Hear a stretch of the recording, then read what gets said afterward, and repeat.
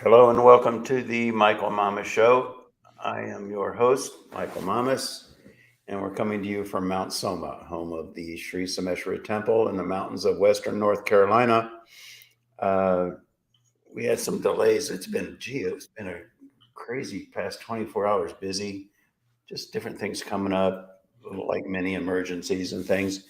And so here it is, around 2:30 in the morning, Monday morning, and we're finally finding an opportunity to do this podcast. Um, how you doing, Scotty? Good. Yeah. You're We're you're in Maui for a couple of weeks, huh? right. Yeah. Tough life. Yeah. It was What's crazy here for the last day, though. They had the biggest storm surges they've had, I think, ever. Yeah, you were saying something about Tahiti or something. There was a big storm in Tahiti that sent some big swells here and took out a bunch of restaurants on Front Street in Lahaina, which is, um, High I mean, end. yeah, it's just been there forever. They've never had anything like this happen. So, How about that? How about that? yeah. Yeah. All right. Well, today the title of today's podcast is "Human Condition: Big Bang to Personal Lives to Politics." And that this very subject is so essential to our lives and how we function and who we are as individuals and as a species. Yet it's something that we obviously dance around all the time. It's essential to life, but we don't really ever look at it straight away and head on, or don't ever, just overstated, but rarely. And so that's really what we're going to talk about today, and hopefully it's something that we can take with us and keep in mind as we interact on a global scale, in different fields of knowledge, in our personal lives, in our relationships, in our politics, you name it. It permeates everything. It's how we function. Um, at first, though, I'd like to thank, there's a number of people that responded to last week's request that we need. We're asking for people to come and help out at Mount Soma. There are many different things that they could help with: working outdoors, everything from cutting grass to working in the kitchen, helping in the kitchen or in the administrative office. I mean, the needs go on and on. It's remarkable, Scotty, how it's hard to find help these days. I mean, last year we had five people doing land groundskeeping, and uh, um, this year we only have two, and I'm one of them. There's just, we can't fire people. And I've heard that there are people that own big, huge hotel chains that, and they're multimillionaires, but they're doing turnover of the beds and things because they can't find enough help. No, that's everywhere, by the way. I mean, here Yeah. in Maui, Huh? there's so many restaurants, so many places that we used to go that are all shut down because they can't find people to work there, you Isn't that know? incredible? Yeah, I walked into a restaurant there at the Shell gas station. They have a little dining thing. It was fun to go in there and get a cup of coffee or whatever. And I walked in there this was a while ago, but I walked in there one afternoon. It was like 2 or 3 o'clock, and they said we're closing. I said, "What?" They said, "We can't find help." You know, Yeah. you know. At any rate, the people that have stepped forward, and we're extremely appreciative. But we've been so busy for the reasons really we just gave that the person in charge of that just has not had the time to get back to you. We apologize for that. We really appreciate your willingness to help out, and we're thinking that within the week she'll get back to you, and we're hoping to bring you aboard. And again, it's anybody who's interested, go to michaelmamas.net, and then you'll see where you can contact us, or you can go to mountsoma.org. I think that might even be a better way to go. Either way, contact us, and I think mountsoma.org is the preferred route there. But let us know you're interested, and we will get back to you. And it's much, much appreciated. Okay, so back to the main theme of the podcast. something that really illustrates this whole principle of the human condition, how it functions, believe it or not, is this James Webb telescope, and the photographs are coming back. And I've mentioned that a number of times in the podcast, and really excited to see it. And it's incredible because I was a physics and math major in undergrad. I've remained connected with that community through the decades, and so I have at least a finger on that pulse, And I saw an astrophysicist. He was actually on television, and he was talking about how the Big Bang. What was the word they used? I'm misquoting him here, but proves that there's a God. Intelligent design. That's what he talked about, and he also said, and it also proves the Big Bang theory. Well, that's an astrophysicist, that kind of, astronomers, astrophysicists. They're in a very different camp from the pure cold hard physicists, if you will. And as popular as the Big Bang theory is, I think it's fascinating as well as important to note that a lot of physicists, perhaps even the majority of physicists, don't even believe the Big Bang theory is correct. And they say that the photograph, the popular photograph, Scott, do you have that photograph? I sent it to you. Yeah. Yeah, and it has the red lines pointing at right angles to a couple of red galaxies there. Right. If you could post that in comments, can you do that? Sure. Yeah, and if you take a look at that, what you're looking at there is some galaxies. Now, galaxies, these are fully mature galaxies, so they're, have a lot of different elements in them and it takes billions of years for a galaxy to develop to that point where it's a flat spiral galaxy. And there are two of them highlighted in that picture, and they're red. And that has to do with, we've talked about from a perspective of Big Bang theory, that they're red because of a Doppler effect, because of the distance that the light has to travel, blah, blah. Because really they're not red. It's just the red shift, the shift in frequency by virtue of the fact that how far that light had to travel. Bottom line there is that those galaxies are older than what the Big Bang theory says the universe is. And so, a number of physicists, highly recognized physicists, and there's one physicist, he's an older man, I can't remember his name right now, but he's in Germany. He's considered by many to be the top physicist in the world today. And he's saying that he's agreeing with the same thing. He says, the Big Bang theory is wrong, Now,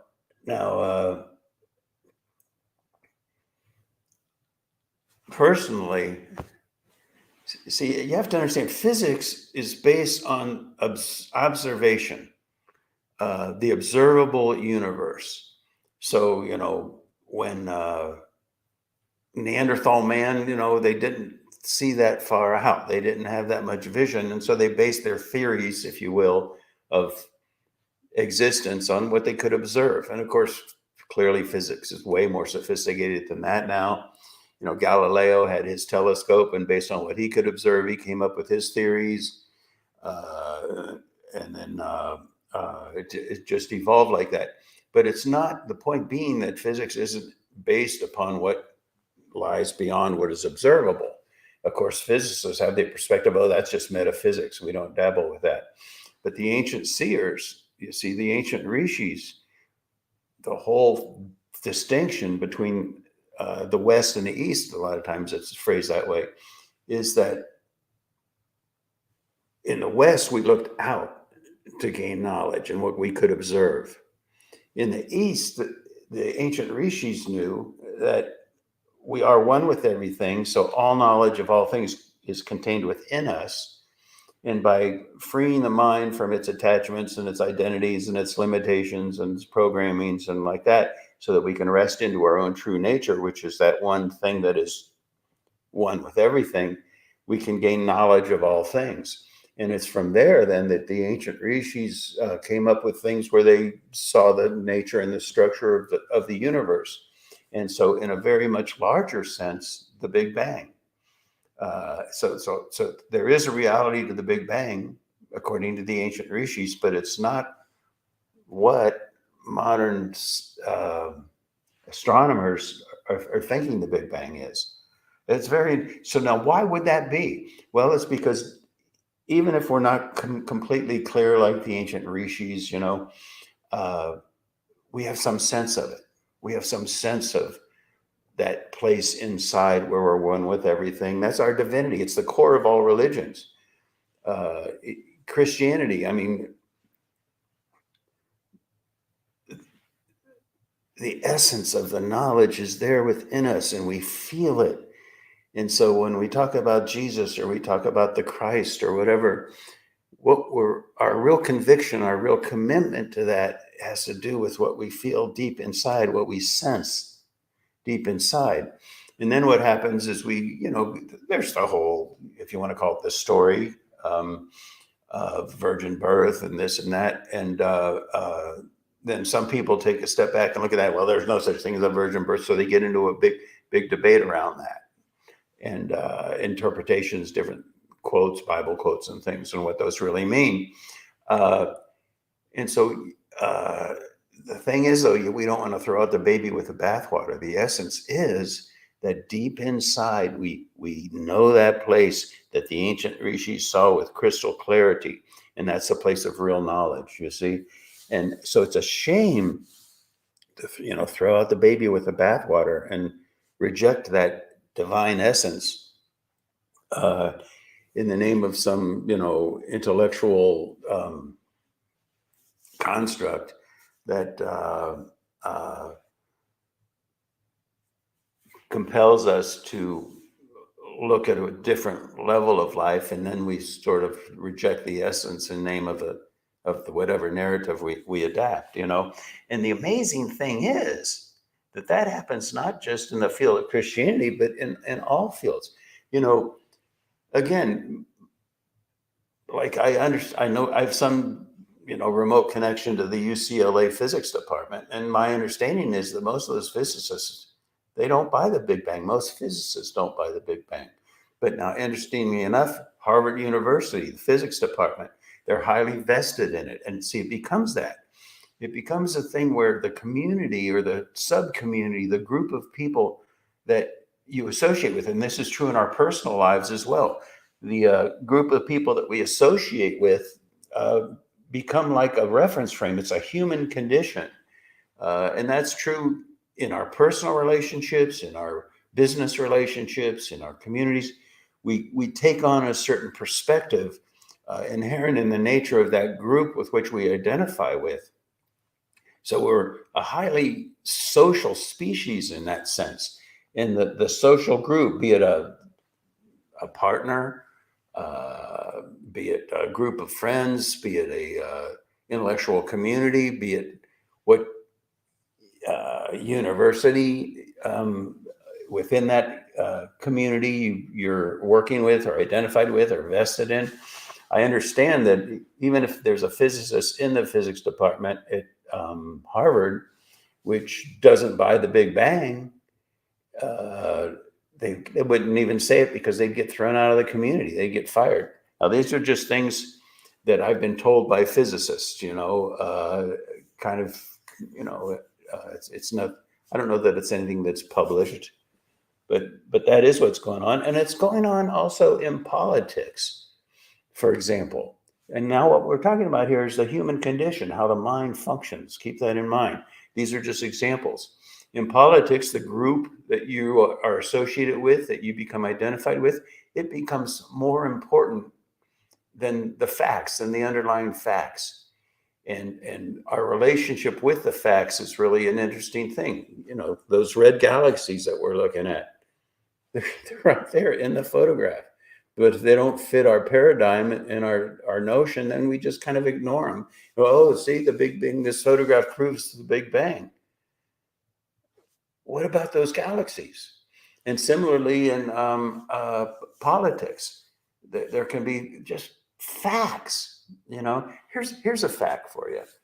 Um, Human beings, we need energy, we need food, and we need water. And there are certain ways that we can have those things. And those are essential to the existence of a culture, a society. Right now, here's just a fact for you. We do not have the technology to power airplanes, to power our whole world the way it's functioning with solar and wind. I mean, that's just a fact. We don't have that technology. We don't. And electric cars isn't the answer with respect to automobiles, because where do they get the energy for those electric cars? They get it from coal and oil, and then they convert that into electrical energy that we put into our cars. And as physics will tell you, thermodynamics, basic, there's an inefficient transfer of energy. It's not 100%. So we even have to burn more energy in coal and oil to get enough energy to power a car to drive a mile. So the whole thing, it doesn't make any sense. It doesn't make any sense. But in the big picture, they stand back and they reject that. And I'm sure just me saying that probably makes some people mad. Why? Because they're identified with a particular paradigm, a particular worldview, a particular group, a particular community. And then what we do to justify our rationales, uh, we come up with this idea of, we come up with a catch-all phrase. For example, conspiracy theory. So if there's a notion out there that we don't like, independent of whether or not it's factually makes sense or not, we just don't like it. So we create this round file where, conspiracy theory, just throw it in the conspiracy theory round file. And now you can just ignore it because, it's just a conspiracy theory. That's how the human mind works. We tend to categorize things, find convenient little places to stash them away if we don't like them. And conspiracy theories become a big one. Here's another thing. Einstein. I mean, Einstein is great. I'm not knocking Einstein, but the truth of the matter is that there was a French physicist, Poincaré is his name. Hope I'm pronouncing that right. And he came up with special relativity, published it and everything else before Einstein even talked about it. And that's just a fact. And so really Poincaré was the guy that came up with special relativity, but just the way, it's all hype and publicity and things like that. And everybody just associates it with Einstein and credits Einstein with E = MC squared and all that stuff, where it's just, I mean no offense. I think Einstein was great. I don't know, but he didn't come up with those things. Now, some people say, well, they came up with it simultaneously because there's this group consciousness where everything is being channeled into people all simultaneously, and they might cite, I don't know, radios, or some people say different technologies, but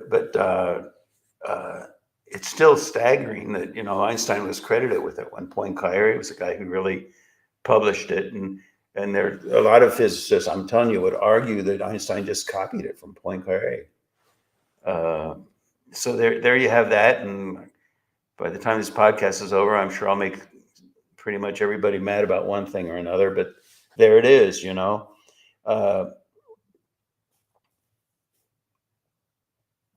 See, we all sense that absolute within us. You can call it the absolute, the bottom line, that one thing out of which all things emerge. Big Bang Theory in a deeper sense, I guess you'd say, which I'm an advocate of. But the thing is, when people don't really know that with crystal clarity, like the ancient rishis, which we don't, there becomes this tendency then to hang their hat in lieu of, in substitute for that absolute. And then we can get into I mean, it gets really abstract and stuff because it's a field of beyond thingness, but we start to substitute things for it in our mind. That becomes a perspective, it becomes a belief system, it becomes an identity, it becomes something we're attached to and become fanatical about. And again, we do that everywhere. We have our, have you ever noticed that, if you have a group of friends and one of those friends or a spouse or whatever has a perspective, we adopt that perspective as truth. Oftentimes, more so than maybe we just instinctively would if we didn't know that group. So that speaks very loudly of the motive function of the human condition. And I hope I'm getting through. Is this making sense, Scotty? Yes, yes. Yeah. It's just so all pervasive, you know. Um, another example is the Green New Deal, that whole thing, and getting rid of fossil fuels and all that. The the truth of the matter is that is more. Uh, that is probably the most supportive movement to the wealth in Russia than anything, because we're not going to produce oil, or we're not going to drill for oil because we're into this Green New Deal. And so what happens is there's less oil, so the demand for oil goes up in Russia now as the ruble is very high uh, uh, in value, and Russia's making money hands over fist selling oil. Uh, and so what's the result of that now? Oil is being sold that is less pure than and more polluting than if we just drill here. And so it's actually polluting. The movement of the Green New Deal is creating more pollution than if we just went ahead and drilled oil here. Plus, it wouldn't devour our economy and inflation and everything else. Everything's based on energy. How to produce the food, to get the food to market, all that's the base. We are a fossil fuel based world. And that's just a fact. It's just a fact. I mean, just imagine you fly, if you've ever flown coast to coast, you fly over these big cities, particularly at night, and you see everything all lit up and everything. What do you think's doing that? It's fossil fuels. We're just going to do away with that? It just won't work. I would love it if we could come up with a technology where we could do that, have it be 100% clean and pure. But it's just right now we don't have it. We just don't have it,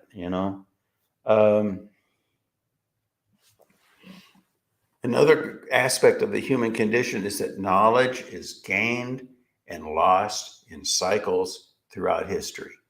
Because what happens, like even in ancient India, we had this great knowledge and stuff. And then somebody along the line in some other civilization or whatever comes up with, for example, basic principles of physics. And we have electric lights and we have telephones and we have all this. And that's great.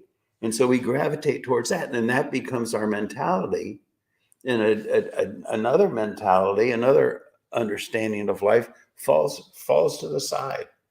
And that happens over and over and over again. They used to think the world was flat. The ancient rishis have it. It's in the Vedic literature, not just that the earth is round, but the dimensions of it, the size of it, so much of the structure of the stars and all that. It's all there. It's all there. That we ignore it. And then also these incredible buildings that you'll see, these structures in Machu Picchu and the pyramids in Mexico and in Egypt, and these incredible temples in India. We don't know how they did it. We don't know. We don't have that technology available today. And so what's often done is it's just ignored. Why? Because it doesn't fit in our paradigm identity. Throw it in the round file of whatever, oh, it's the ancient aliens, the outer space people built it. Human knowledge cycles. We go from an enlightened age to an age of oblivion, back to an enlightened age, and that's just a history of humanity. For another great example, Scotty, I think you and I were talking about this the other day, weren't we? About the Sphinx. Yeah. In Egypt. Geologically, the erosion around that Sphinx came from water, which wasn't there flooding around 10,000 years ago. And that's hard science, that's geology. But the archaeologists haven't discovered, if they ever will, the ruins or the, what they call it, the archaeological discoveries that show that, in fact, there were cultures and civilizations doing that back then. And so they ignore the obvious. That's water erosion. And so they build a paradigm around that, and then it becomes a debate because we're just not taking the facts and dealing with the facts in a responsible manner. Our paradigm identity is more important to us than the facts. Maybe that's the easiest way to put it. All that is changing. People are waking up. I got a nice little quote here somebody gave me, and I apologize. I don't know what the source of it is. Geez, let's see if I can even find it here in my notes. Here we go. The general population is beginning to realize that they can do without grandiose plans. We're talking about paradigms, identities there.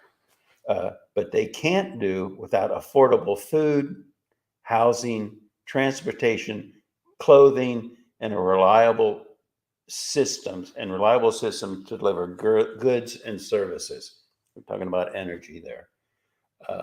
So people are waking up. We're going to start to see past the ancient rishis. Maharishi Patanjali talked about samskaras, the conditioning of the mind. That's really what we're talking about here when we're talking about paradigm identities, limited worldview, ignore what isn't consistent with it, even if they're factual. We're waking up. We're waking up, and even that is a cycle. We if you look at the history of civilizations, they go from a place where, okay, they're really hurting financially, for example, like post-World War II Japan. And so they work, they build, they become responsible, they make money, everything is good. And then I remember seeing it, this was maybe 10, 20 years ago on television, then they become prosperous. And then the younger generation becomes, for lack of a better word, fat, and they start rejecting the very things and that provided them with the lifestyle they have. I remember this one thing: blue spiked hair, and these Japanese kids running around, and they lose connection with those essentials to life, and then what happens? Recreational drugs, and people are ivory towers of idealized notions of how life should be, and it's got nothing to do with reality. It doesn't put food on the table, for example. So this is a cycle. It's a natural cycle. And the United States has been very prosperous and stuff. And the same thing has happened now. So many people are no longer identified with pragmatics of the whole thing, and get caught up in these grandiose ideas, like this quote was saying, about how the world should be. And, imagine there's no heaven or no hell, that kind of a thing. And I'm sure I made some people mad there. But, when I heard that John Lennon song, Imagine, I mean, where did he come up with that thing? It was probably on. It's so untethered to realities of life. Beautiful, lofty ideals. The whole thing about the new social world order. That's a nice, lofty ideal. It's so beautiful. And, oh, yeah, why can't we all just work together? The reason we can't is because that's just not the state of the mind of so many people in the world, that they would just take advantage of it. They would take advantage of it to perpetuate their limited perspective and their wants at the expense of the rest of the world, and that is happening. All right, Scotty, anything else? No, I think that was it. Yeah. There's so much more. I mean, there's so much in the news, but I think that's good enough for this morning or this for Yeah. today's podcast.